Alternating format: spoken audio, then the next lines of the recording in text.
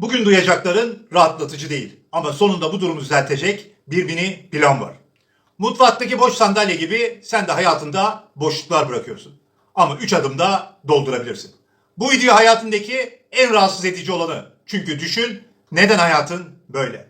Neden aynı sahneleri farklı yüzlerle tekrar tekrar yaşıyorsun? Uzun süre inandırıldın ki mutluluk dış koşullara, yani doğru kadını bulmaya bağlıdır. Sana her zaman uyum sağlamanın güvenli olduğu ve başarının seni yalnız bırakacağı öğretildi.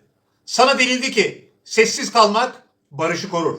Ama gerçek şu, bu yaklaşım seni kendi iç savaşında kaybetmeye mahkum ediyor. Bu toplumsal yalanlar seni kendi içindeki o vahşi maskulen gücü bastırmaya zorladı. Bir tanıdığımın hikayesi bunu çok net gösteriyor. Uykusuz gecelerde dönüp dururken çoğu erkeğin fark etmeden kaybettiğini anladım. Bunu bizzat kendim de yaşadım. Gece yarısı tavanı izlerken içimdeki o tanımlanamaz boşluğu bir kadının onayıyla yamamaya çalışmanın aslında bir ruhsal intihar olduğunu fark ettim. Ben de buradan geçtim. O pusulasız denizde boğulurken rotayı kendim buldum. Videonun sonunda sana 5 adımda kontrolü geri almayı ve o gölge yansımasından kurtulmayı göstereceğim. Birçok erkek kendi içindeki eksikliği fark etmeden kadınlara yansıtır. Gece yatakta dönüp dururken fark etmeden kendini kaybeder ve bir illüzyon yaratırsın. Karşındaki kadını ya ulaşılmaz bir tanrıça ya da seni yok etmeye çalışan bir canavar olarak görürsün. Gerçek kırılma burada başlar. Çoğu erkek bu noktada kendi merkezinden çıkar, kadının her jestini bir kader anı sanır ve değerini sessizce elleriyle teslim eder.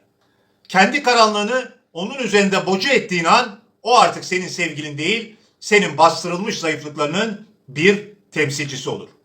Gerçek şu, kadınlar senin eksik parçanı tamamlamaz. Onlar sadece senin içindeki çatlakları gösteren birer projektördür. Eğer sen içeride bütünleşmemişsen dışarıda gördüğün yüz de seni parçalayacaktır. Gece yolculuğu bu aynaya bakma cesareti göstermenin adıdır.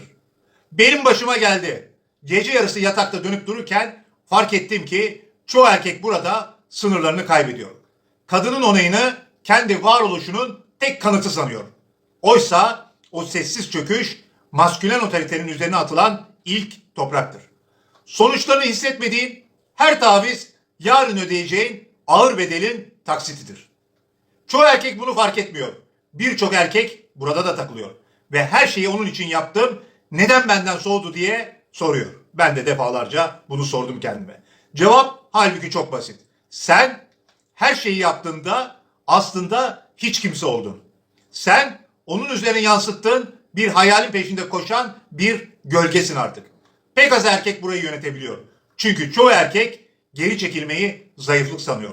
Oysa geri çekilmek stratejik bir güç göstergesidir. Carl Jung'un öğretisine göre her erkeğin topluma gösterdiği bir maskesi ve içeride sakladığı bir gölgesi vardır. Modern erkek iyi adam personasına o kadar sıkışmıştır ki içindeki öfkeyi, hayvani hayatta kalma güdüsünü ve dominasyon isteğini gölgeye eter. Ama gölge yok olmaz. Sadece bastırılır. Ve sen bir kadına odaklandığında o bastırdığın tüm bu karanlığı ona yansıtırsın. Buna anima projeksiyonu diyoruz. Kendi ruhunun duygusal yanını kadına yüklersin. Onu bir kurtarıcı gibi gördüğünde oneitis başlar. Ama o tanrıça senin beklediğin kutsallığı göstermediğinde bu sefer onu bir canavar olarak damgalarsın. İki durumda da kadın senin için gerçek bir insan değildir. O senin zihnindeki bir yansımadır.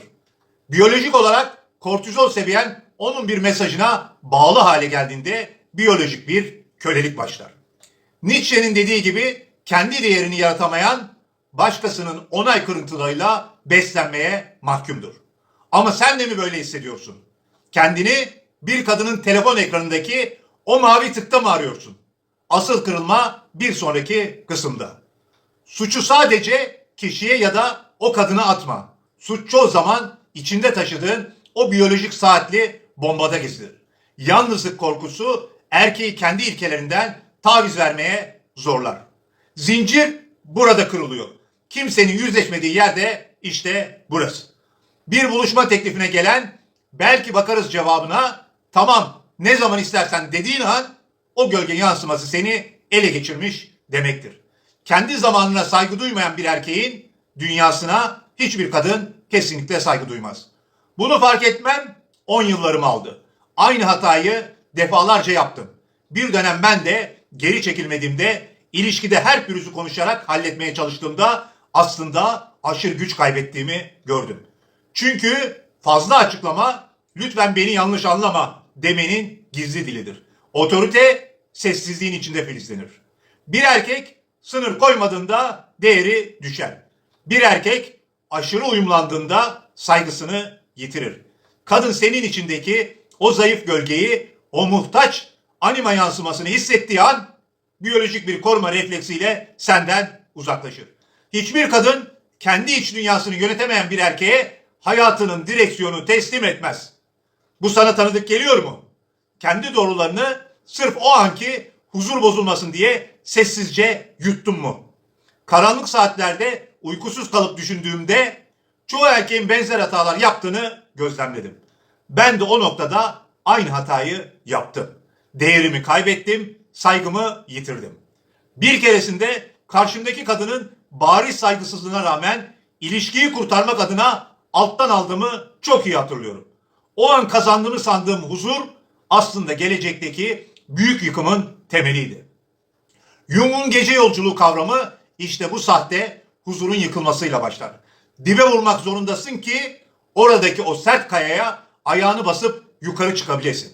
Çoğu erkek bu aşamada fark etmeden daha çok yatırım yapar. Daha çok hediye, daha çok ilgi, daha çok vaat.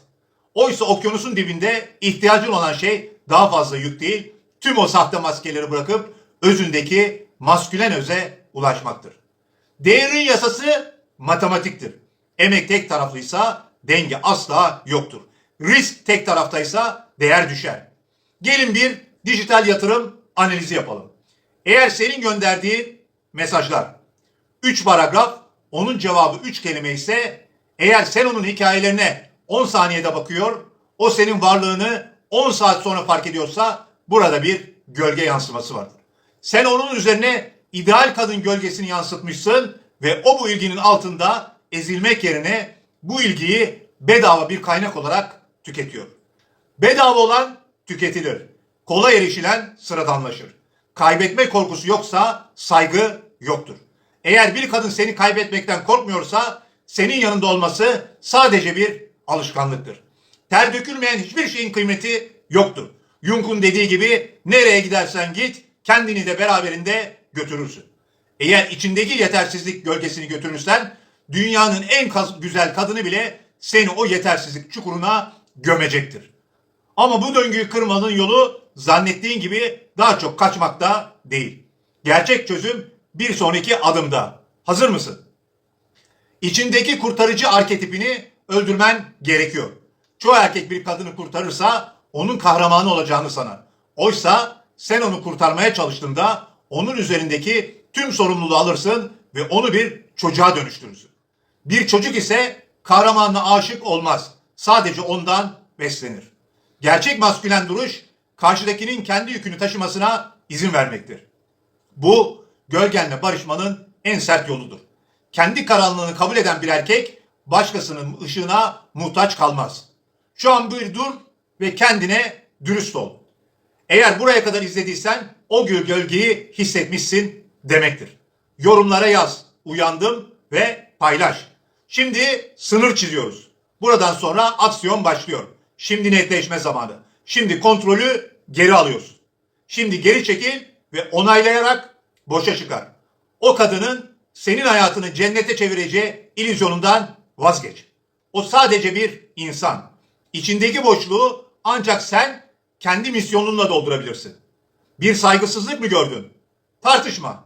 Sadece mesafeni koy. Gerçek güç benim enerjim bu davranışı düzeltmek için harcamayacak kadar değerli diyebilmektir. Sana sen çok değiştin mi dedi. Savunma yapma. Haklı olabilirsin. Herkes değişir de ve işine bak. Hobilerine, sporuna, işine geri dön. Kendi dünyanı öyle bir kur ki bir kadının varlığı o dünyanın sadece bir süsü olsun, temeli değil. Kırmızı çizgilerin olsun. Sınır ihlal edildiğinde kapıyı göstermekten çekinme. Gitmek mi istiyorsun? Haklısın. Seni tutmak benim hatamdı. Kapıyı senin için ben açayım. Bir erkek merkez olmazsa değersizleşir. Senin yörüngeni senin iraden belirler. Bunun nedenini, yani kadınları neden senin bu gölge yanına kışkırtmak için sana shit test uyguladığını bir sonraki videoda anlatacağım. Ama bu sır olmadan devam edemezsin. Taşlar orada yerine oturacak. Orada görüşürüz.